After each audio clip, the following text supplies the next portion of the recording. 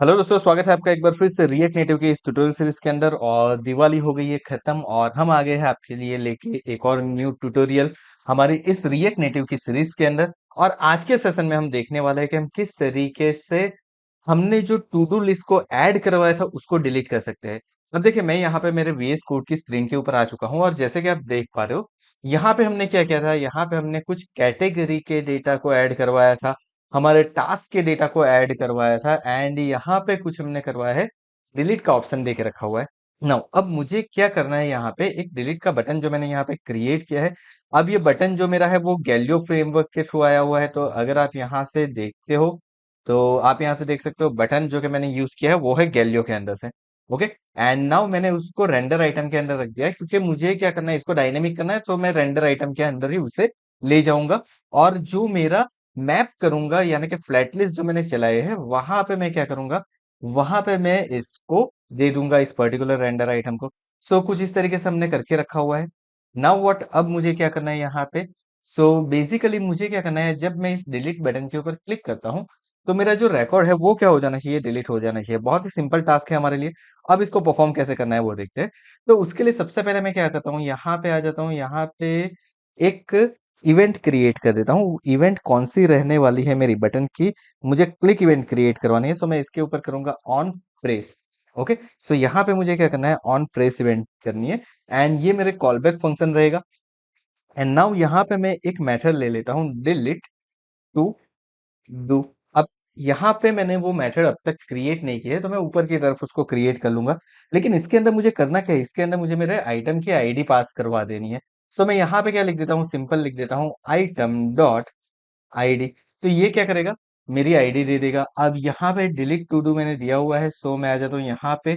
हमने जो fetch to do किया है वहां पे उसके ऊपर उसके नीचे कहीं पे भी आप एक मेथड बना सकते हो। मैं यहाँ पे बना देता हूँ delete to do is equal to async. Async करने के बाद मैं यहाँ पे ब्रैकेट ले लेता हूँ, ब्रैकेट के अंदर मैंने लिख दिया आईडी कॉलन नंबर। ओके, अब आप कहोगे सर यहाँ पे नंबर क्यों दिया, हम डायरेक्टली भी तो क्रिएट कर सकते हैं। यस, यू कैन क्रिएट, लेकिन हम टाइप स्क्रिप्ट का यूज कर रहे हैं ना, तो हम क्या करेंगे, वहां पे उसकी डेटा टाइप को डिफाइन कर देंगे। तो इस तरीके से मैंने कुछ मेथड बना ली है। अब सबसे पहले मुझे क्या करवाना पड़ेगा, सबसे पहले मुझे मेरे डेटाबेस का कनेक्शन यहाँ पे लाना पड़ेगा। सो मैं यहाँ पे कर देता हूँ const db is equal to await. And await करने के बाद यहाँ पे मैं कर देता हूँ लाइक गेट डेटाबेस। चलेगा, मैंने यहाँ पे गेट डेटाबेस कर दिया है। नाउ अब नेक्स्ट चीज में यहाँ पे क्या करने वाला हूँ, यहाँ पे करने वाला हूँ ट्राई एंड कैच। और कैच के अंदर हम क्या करेंगे, कॉन्सोल के ऊपर एक एरर मैसेज को प्रिंट करवा देते हैं। सो यहाँ पे कॉन्सोल डॉट एरर, और उसके अंदर मैं क्या कर दूंगा, यहाँ पे मैं कर दूंगा डिलीट एरर कॉलन करके मैंने यहाँ पे लिख दिया एरर। तो जो भी मेरी एरर होगी वो एरर मुझे यहाँ पे डिस्प्ले हो जाएगी। ओके, कुछ इस तरीके से मैंने यहाँ पे कर लिया है।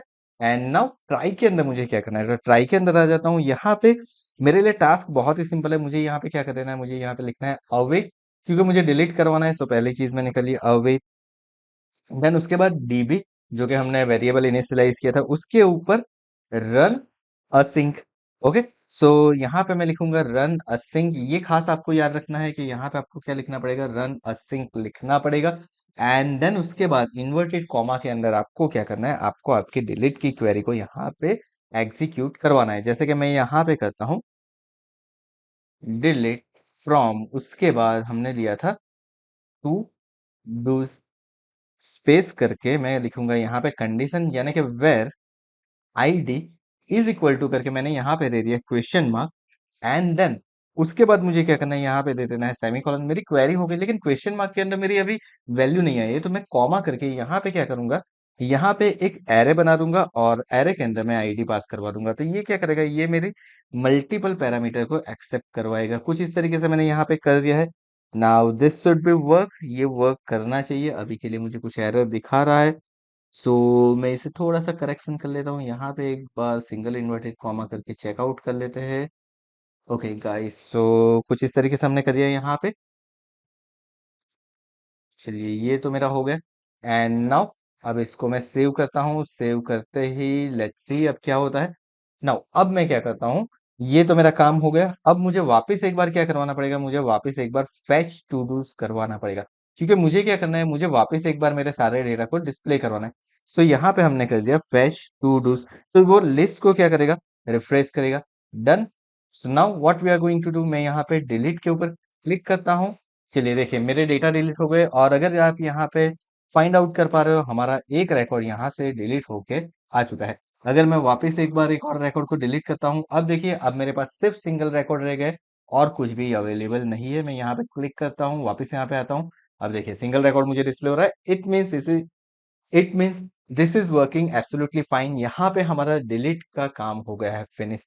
हमने बहुत ही इजीली इसे कर लिया है। देन आई होप आपको पता चल गया होगा कि किस तरीके से आप रिएक्ट नेटिव के अंदर एसक्यूएलाइट के डेटा को डिलीट करवा सकते हो। So thank you so much for watching this video.